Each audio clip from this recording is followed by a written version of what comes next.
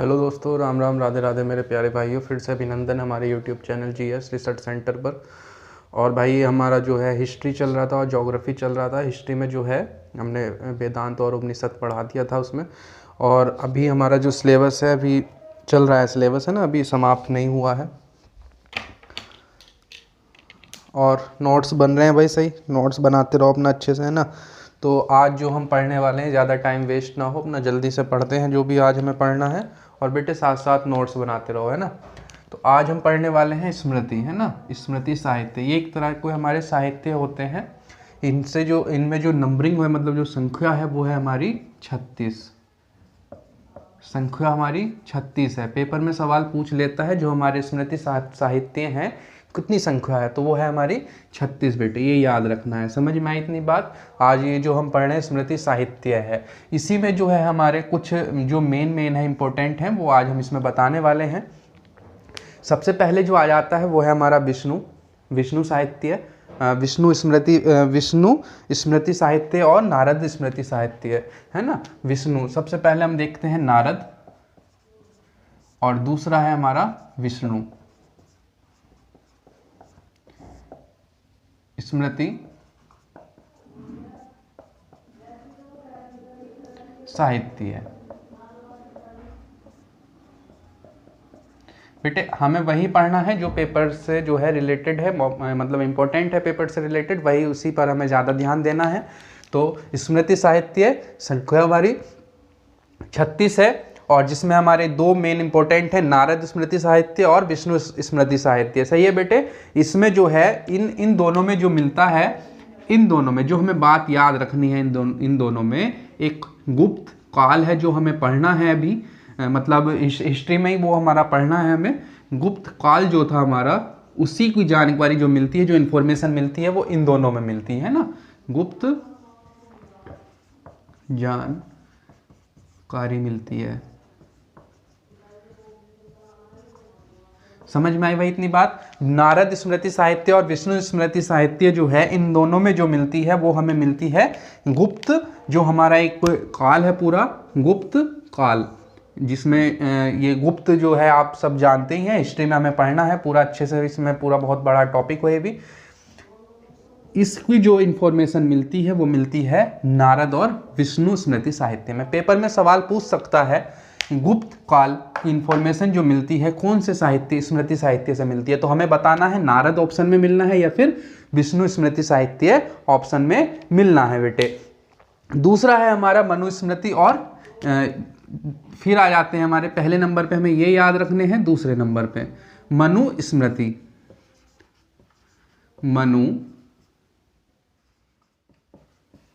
मनुस्मृति है, और दूसरा है हमारा याज्ञवल्क्य। सही है बेटे। दूसरा है हमारा याज्ञवल्क्य स्मृति, मनुस्मृति और याज्ञवल्क्य स्मृति, ये दो हैं। अब इन दो में जो मिलती है, जो हमें इंफॉर्मेशन मिलती है, वो मिलती है मौर्य। आप सभी जानते हैं मौर्य काल जो था हमारा, जो मौर्य पीरियड है हमारा, ये गुप्त पीरियड था। गुप्त पीरियड को जो इन्फॉर्मेशन मिलती है वो मिलती है नारद स्मृति साहित्य में और विष्णु स्मृति साहित्य में। और जो मनुस्मृति और याज्ञवल्क्य स्मृति में मिलती है वो मिलती है हमें यहाँ पे इन्फॉर्मेशन मौर्य। सही है बेटे। मौर्य काल मतलब मौर्य पीरियड जो हमारा था, वो सभी इंफॉर्मेशन इसी में मिलती है।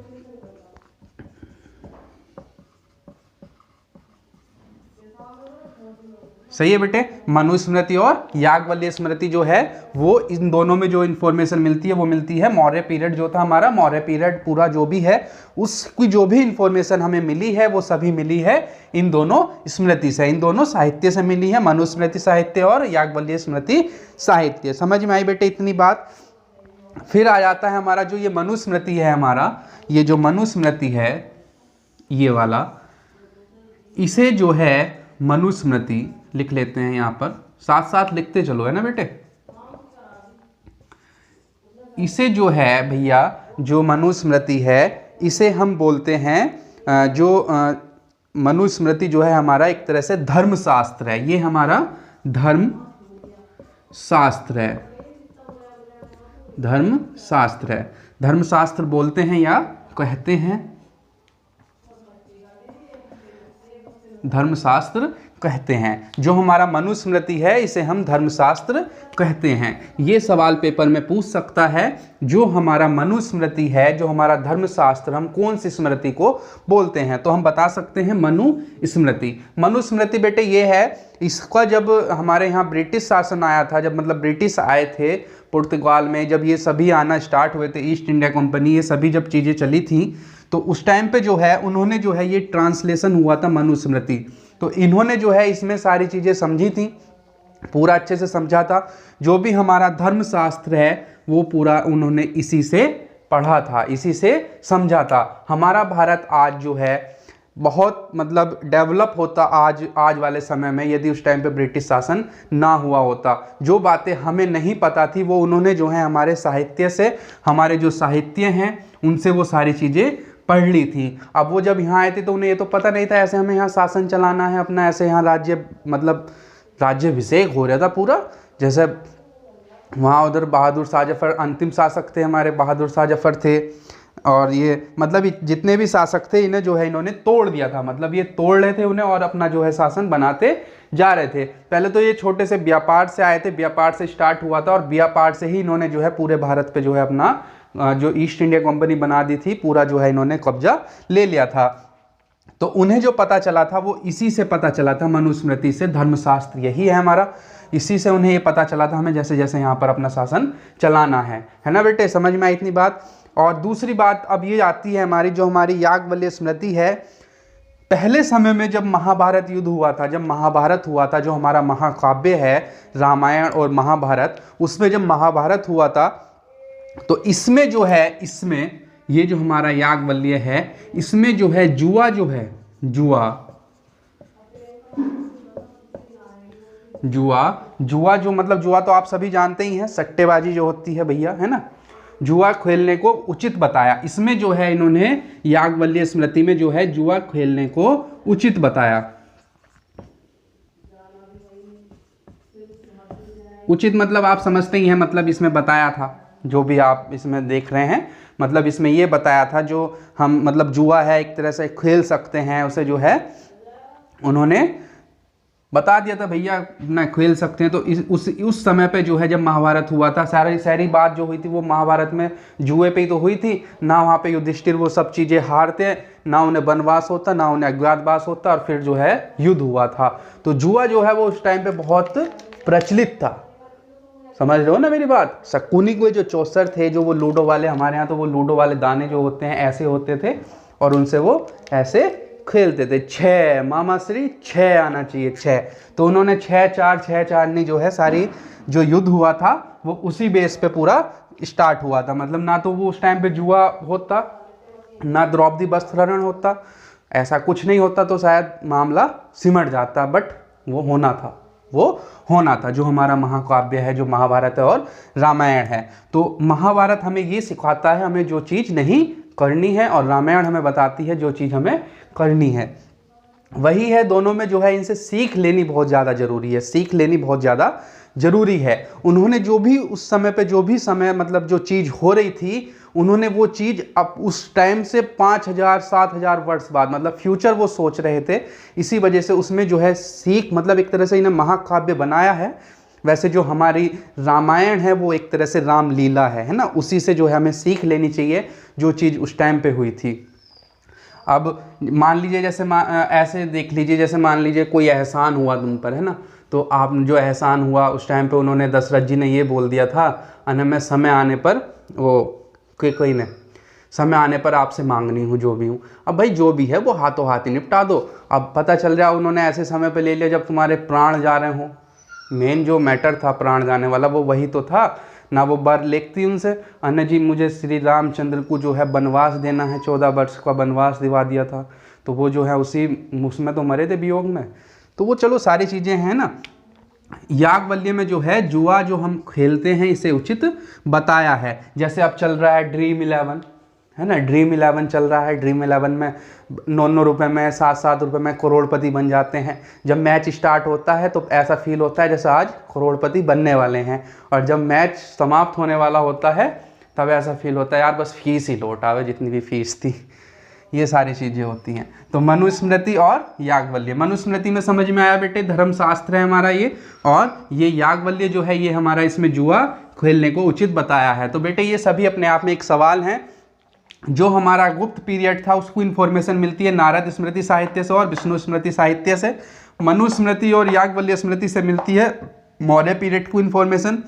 मनुस्मृति में जो है धर्मशास्त्र, मनुस्मृति जो है इसे हम धर्मशास्त्र कहते हैं, और याज्ञवल्क्य में जो है जुआ खेलने को उचित बताया है, उचित बताया है, लिख दो यहाँ पे बताया है।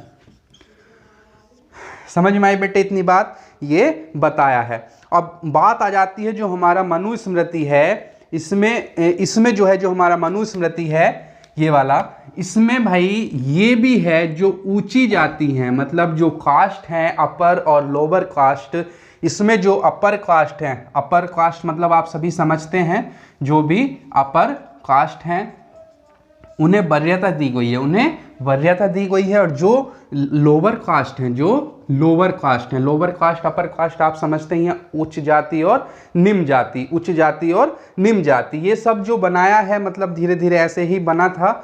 ऐसा जो स्टार्टिंग में जो है जातियां नहीं थी, जो जिस व्यवसाय में था, जो जिस व्यवसाय में था उसे उसी आधार पर जाति का बंटवार मतलब बांट दिया जाति में, उसे उसी हिसाब से। जैसे मान लीजिए कोई व्यापारी है तो उसे वैश्य बना दिया, है ना, जो व्यापारी है उसे वैश्य बना दिया, जो अपना निचले लेवल पे काम करता था उसे शूद्र बना दिया, जो अपना युद्ध या लड़ाई में रहते थे उन्हें, जो तलवार चलाना जानते थे, धनुष चलाना जानते थे, उन्हें क्षत्रिय बना दिया, और जिन्हें वेदों से रिलेटेड सभी इंफॉर्मेशन पता थी, जो अपना ये साहित्य पढ़ सकते थे, सभी चीज़ वो जानते थे, तो वो ब्राह्मण हुए। तो इसीलिए जो ये जातियां हैं, जातियां पहले से जातियां बनी हुई नहीं थी, जातियां जो है बाद में व्यवसाय के आधार पर जातियां बनी हैं, और वो व्यवस्था इतनी बुरी होती रही, धीरे धीरे बहुत बुरी हालत हुई। मतलब अब जो है फिर भी थोड़ा सा सही है, बट पहले समय में जो है बहुत बुरी हालत थी। तो अपर कास्ट जो था, जो इसमें हमारा ये मनुस्मृति है ये वाला, इस मनुस्मृति में जो है जो अपर कास्ट है इसे वरीयता दी है, उच्च जाति बताया है, और जो लोअर कास्ट हैं, जो लोअर कास्ट है, निम्न जातियां हैं, निम्न जातियां हैं, जो निम्न आप समझ ही रहे हैं, अपर कास्ट और लोअर कास्ट मतलब जो होता है, अपर मतलब जो ऊंची जातियां हैं और नीची जातियां हैं, मतलब निम्न जातियां हैं, तो इन्हें तो वरीयता मिली हुई है, और इन्हें जो है यहाँ पर अछूत बताया है। जो लोअर कास्ट वाले थे उन्हें जो है यहाँ पर अछूत बताया है। समझ में आई बेटे इतनी बात। तो ये सारी चीज़ें जो है मनुस्मृति में थी। तो यही चीज़ें जो हैं, ऐसा हुआ एक बार जब ब्रिटिश शासन यहाँ पर आया था, तो एक वायसराय वहाँ से आया था जो भी था, तो जब वो राजा से मतलब बात चल रही थी, वहाँ पे बातचीत चल रही थी, तो एक निम्न लोअर कास्ट वाला वहाँ पर आता है और वो वहाँ पर पास में नहीं आया। तो जो वो वायसराय था या जो भी अंग्रेज था वो, उसे ये बात समझ में नहीं आई, उसे ये बात समझ में नहीं आई। तो उन्होंने मतलब उस टाइम पे जो ब्रिटिश शासन था, जो अंग्रेज आ रहे थे यहाँ, तो उन्हें ये सारी चीज़ें पता नहीं थी, भारत में ऐसा ऐसा सिस्टम यहाँ पे चलता हुआ आ रहा है, अपर कास्ट लोअर कास्ट वाला। तो उन्होंने जो है पूरा भारत पहले समझा, पूरा भारत पहले समझा, तब उन्होंने जो है इस देश पर राज किया। पहले उन्होंने उसे समझा, पूरा समझने के बाद जो है बाद में वो इस स्तर पे आए। ये मनुस्मृति का जो है पूरा ट्रांसलेशन उन्होंने जो है इंग्लिश में हुआ, जो भी भाषा थी उसमें ट्रांसलेशन लिया, तब उन्होंने ये सारी चीज़ पढ़ी, और तब उन्हें ये समझ में आया वो इंसान जो था, जो लोअर कास्ट वाला था, वो पास में क्यों नहीं आया। तो इसीलिए मनुस्मृति में ही ये सारी चीज़ें बताई हैं। अपर कास्ट को वरीयता है और लोअर कास्ट को उसमें जो है अछूत बताया है। जो निम्न जाति होती हैं उन्हें अछूत बताया है। यहाँ पर जो मेन थे, एक तो महिला और दलित, महिलाएं और दलित, इन्हें जो है यहाँ पर अछूत बताया है बेटे। समझ में आई इतनी बात। ये हमारा मनुस्मृति है, ये हमारा मनुस्मृति है। अब इसी में जो है मनुस्मृति में जो है जो विवाह वाली आयु थी, मनुस्मृति में ही जो है जो विवाह होता है, विवाह मतलब तो समझते ही हैं आप सभी, शादियां जो होती हैं, जो पुरुष है, पुरुष की जो एज बताई है, जो पुरुष मेल है, एज बताई है 25 साल, मतलब मिनिमम जो एज होनी चाहिए वो 25 साल होनी चाहिए। और जो फीमेल थी उस टाइम पे, जो फीमेल होते थे उनकी एज होनी चाहिए थी 12 साल। तो उस टाइम पे जो है 12 साल में ही शादियां हो जाती थी। तो पुरुष में ये भी किस चीज में बताया है, ये भी जो है मनुस्मृति में ही बताया है। मनुस्मृति हमारा धर्मशास्त्र है ना, तो इसी में जो है इन्होंने पुरुष के लिए 25 साल और महिलाओं के लिए 12 साल। अब यही बात समझ में आई, अपर कास्ट, लोअर कास्ट, महिला और दलित को जो है यहाँ पर अछूत बताया है, निम्न जातियों में बताया है, और अपर कास्ट जो थी उन्हें जो है वहाँ पर जो है वरीयता दी है, मतलब उन्हें उच्च बताया है। सही है भाई, इतनी बात समझ में आई, विवाह समझ में आया। फिर इसमें जो है 8 प्रकार के विवाह होते थे, मनुस्मृति में ही बताया है। मनुस्मृति, ये मनुस्मृति है, इसी में बताया है जो विवाह होते हैं वो 8 प्रकार के विवाह होते हैं। विवाह मतलब आप समझते हैं सभी शादियां जो हैं वो इसमें जो है 8 टाइप की बताई हैं। और हमारे हिंदू धर्म में जो है, हमारे हिंदू धर्म में 16 संस्कार होते हैं, 16 संस्कार होते हैं बेटे, 16 संस्कार होते हैं। ये भी जो बताया है ये भी हमारा मनुस्मृति में ही बताया है। मतलब चर्चा है, बताया है या चर्चा है, वही बात आ जाती है इसमें, ये सारी बातें इसमें बताई हैं। और 16 जो होती हैं हमारी जो संस्कार की जो संख्या है वो 16 होती हैं। और इसमें जो हमारी स्मृति साहित्य में पढ़ना था इतना ही है। इसमें सबसे पहले हमारा स्मृति साहित्य है ना, स्मृति साहित्य नंबरिंग है 36। कितनी स्मृति साहित्य हैं हमारे, 36 हैं, जिसमें नारद स्मृति और विष्णु स्मृति में जो है गुप्त पीरियड की चर्चा है, इंफॉर्मेशन मिलती है। मनुस्मृति और याज्ञवल्क्य स्मृति में जो है इसमें मौर्य पीरियड जो था हमारा, मौर्य काल जो था, मौर्य पीरियड को इंफॉर्मेशन मिलती है पूरी। फिर हमारा मनुस्मृति है, मनुस्मृति जो है इसे धर्मशास्त्र बताया है पूरा, है ना, इसे धर्मशास्त्र बताया है, धर्मशास्त्री हम इसे बोलते हैं। और जो हमारा याज्ञवल्क्य है इसमें जुआ जो है, जुआ जो सट्टेबाजी होती है, सटोरी जो होते हैं, आप सभी जानते हैं सटोरी होते हैं, सट्टेबाजी होती है। जब मैच आता है, IPL चलता है, तब भी इतना होता है। और ड्रीम 11 तो उन्होंने जो है अब खुला चला दिया है, मतलब कोई भी उसमें सट्टा खेल सकता है। अपना 6 रुपये में, 10 रुपये में, 29 रुपये में, 49 रुपये में टीम बन जाती है और करोड़पति बन जाते हैं। तो वो भी इसमें जो है याज्ञवल्क्य में उचित बताया है। सही है बेटे, मनुस्मृति में ही जो है पुरुष की जो आयु है वो विवाह आयु 25 वर्ष बताई है, और जो महिला है, महिला की आयु जो बताई है वो 12 वर्ष बताई है। सही है बेटे, सवाल में पूछ सकता है मनुस्मृति में पुरुष की आयु, विवाह आयु बताओ जितनी होती है, तो हमें बताना है 25 साल, और फीमेल जो हैं, जो महिलाएं हैं वो 12 साल। पहले समय में जो है ज़्यादा दूर नहीं जाते हैं, अभी अब से 1900 में चले जाइए, मतलब 1990, 70, 85 इन्हीं में चले जाइए, तो इन्हीं में जो महिलाएं थी, महिलाओं की शादी बहुत ज़्यादा जल्दी हो जाती थी, बहुत ज़्यादा जल्दी हो जाती थी। 12 साल 13 साल बच्ची जो है 8th में ही पढ़ती है, उसी टाइम पे शादी हो जाती थी। तो ये सारी चीज़ें होती थी। तो ये सभी जो इन्फॉर्मेशन मिलती है हमें मिलती है बेटे मनुस्मृति साहित्य से। धर्मशास्त्र हमारा ये है। अब दूसरी जो इन्फॉर्मेशन इसमें मिली वो मिली हमें जो अपर कास्ट और लोअर कास्ट होती हैं, अपर कास्ट और लोअर कास्ट होती हैं। अपर कास्ट में जो है बेटे सभी जो वर्ण बनाए हुए हैं, ब्राह्मण, क्षत्रिय, शूद्र और वैश्य, वैश्य और शूद्र। वैश्य जो व्यापारियां होती, जो व्यापारी हैं, और ये मैंने अभी आपसे बताया जो जाति विभाजन हुआ था, जो जाति मतलब जातियां बनाई थी वो इस आधार पर बनाई थी जो जिस व्यापार में या फिर जिस जो भी मतलब जिस व्यवसाय में है, जो भी जिस व्यवसाय में है उसी आधार पर जातियां बनी थी, उसी आधार पर जातियां बनी थी। यही पूरा जो है पीछे से मतलब चलता हुआ आ रहा था, इसी आधार पर जातियां बनाई थी। तो मनुस्मृति में जो है ये चीज बताई है, जो अपर कास्ट है इन्हें वरीयता दी जाती है मनुस्मृति में, और जो लोअर कास्ट है जैसे महिलाएं और दलित जो होते थे उन्हें अछूत बताया है, उन्हें जो है भाई अछूत बताया। अछूत मतलब आप समझते हैं छुए ना, मतलब छू लिया तो अशुद्ध हो जाता है, अशुद्ध हो जाता है, ऐसी इसमें चर्चा है मनुस्मृति में। यदि समय मिले तो मनुस्मृति पढ़ना। ये जो हमारे जो जितने भी ये ब्रिटिश शासन जब था यहाँ पर, जब ब्रिटिश थे तो मतलब अंग्रेज थे पूरे यहाँ पर, तो उन्होंने जो है पहले पूरा भारत समझा था, और जो ट्रांसलेशन मनुस्मृति ही उन्होंने पूरा समझा। तब इन्होंने भारत पर अपना पूरा समझ लिया, भारत जो था है ना पूरा समझ लिया, तभी जो है यहाँ पर ये स्टार्ट हुआ था। मतलब इन्होंने पहले ईस्ट इंडिया कंपनी बना दी, पहले ये काली मिर्च और ये मिर्च मसाले ले जाते थे, व्यापार चलता था ऐसे। धीरे धीरे इन्होंने जो है अपना पूरा यहाँ अपना थोप दिया और फूट डालनी स्टार्ट हुए। फिर यहाँ पर ये जो हैं फूट डालनी स्टार्ट हुए और इन्होंने जो है बांटते रहे धीरे धीरे। जो राजा थे, जो शासक थे उस टाइम पर, उन्होंने ही जो है इन्हें अपना पैर यहाँ पर जमाने दिया, उन्होंने ही जो है अपना पैर यहाँ पर जमाने दिया और फिर वही जो है नुकसान उठाते रहे, है ना। उसी से जो है बाद में फिर नुकसान उठाया। इतने साल बाद फिर आज़ादी मिली, बहुत बुरी हालत है। वो पढ़ने हैं, सब मॉडर्न हिस्ट्री में पढ़ने हैं। और हमारा जब मिडिवल आना है, मिडिवल पीरियड में ये सारे हम पढ़ने हैं। अभी जितने भी शासक हुए थे सारी चीज़ें आनी हैं अभी धीरे धीरे। अभी तो हमारी हम शुरुआत है बेटे, उसे थोड़ा बहुत इंटरेस्ट से पढ़ाने हैं, है ना। तो ये मनुस्मृति समझ में आई बेटे। और जुआ तो आप महाभारत से देखते ही हुए आ रहे हो, है ना। 5000 वर्ष पहले जुआ चलता था।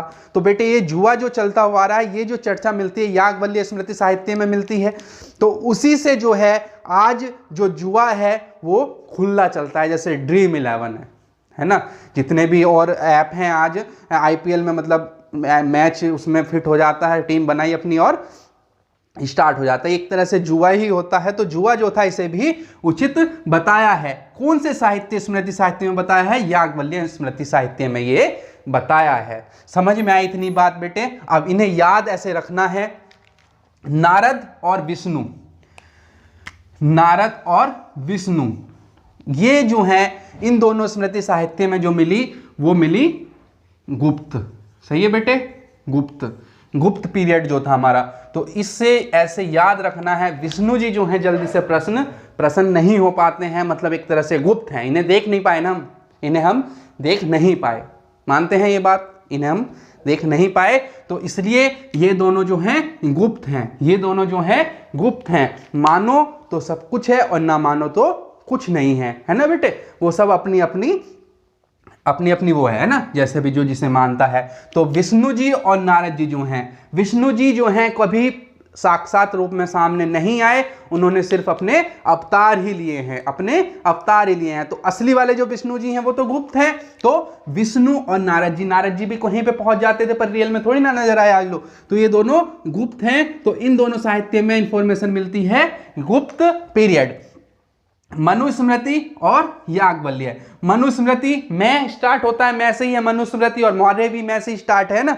मौर्य में से मनुस्मृति और ये से याज्ञवल्क्य, में से मनुस्मृति और ये से याज्ञवल्क्य। तो दोनों नाम इसी नाम में आ जाते हैं। तो मनुस्मृति और ये याज्ञवल्क्य जो मिलती है, इसमें जो इंफॉर्मेशन मिलती है वो मिलती है मौर्य पीरियड बेटे। समझ में आई इतनी बात।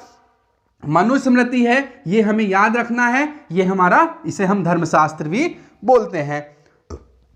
याज्ञवल्क्य में जो है, याज्ञवल्क्य याद रहना ही है। इसमें जो है जुआ तो सब याद ही रखते हैं, आज वाले समय में सभी खेलते ही हैं जुआ जो है ना भाई। तो ये हमारा इसमें बताया। और मनुस्मृति में ही जो है अपर कास्ट और लोअर कास्ट की चर्चा है, इसी में इन्होंने बताया है। और जो उम्र है वो 25 साल है, फीमेल में जो है वो 12 साल है बेटे। समझ में आई इतनी बात। ये हमारे स्मृति साहित्य थे, इसी में से जो है पेपर में पूछा जाता है, इतना ही पूछता है पेपर में, इससे ज़्यादा नहीं पूछता है। सही है। अब जो है ये हमारा था स्मृति साहित्य। अब हमारा स्टार्ट होना है इससे बाद में। अब हमें पढ़ना है जो हमारे ऋण हैं, बेटे। ऋण मतलब तो आप सभी जानते हैं, देव ऋण, पुरुषार्थ हैं, ये सभी चीजें हैं, ये हम पढ़ने हैं नेक्स्ट लेक्चर में। आज इतना ही है ना। स्मृति हमने पढ़ लिया है पूरा। सही है बेटे। चलिए मिलते हैं नेक्स्ट लेक्चर में। राम राम, राधे राधे, जय हिंद मेरे प्यारे भाइयों। शानदार, जबरदस्त और जिंदाबाद। पढ़ते रहो बेटे ध्यान से, है ना।